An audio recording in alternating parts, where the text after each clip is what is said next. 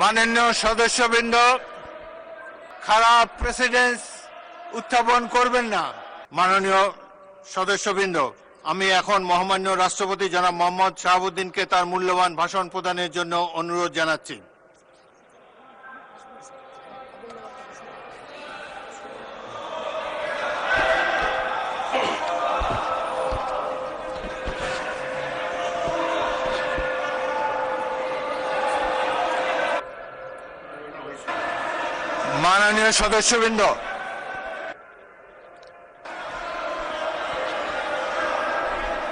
মাননীয় সদস্যবৃন্দ,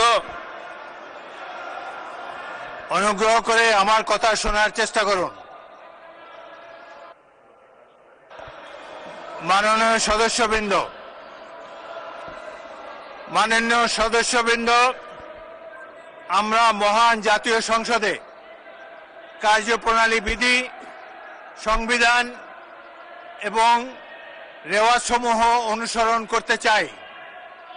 আপনারা এখানে কোনো খারাপ প্রেসিডেন্স উত্থাপন করবেন না। দয়া করে আপনাদের আসনে বসুন এবং মহামান্য রাষ্ট্রপতির ভাষণ শোনার জন্য অপেক্ষা করুন।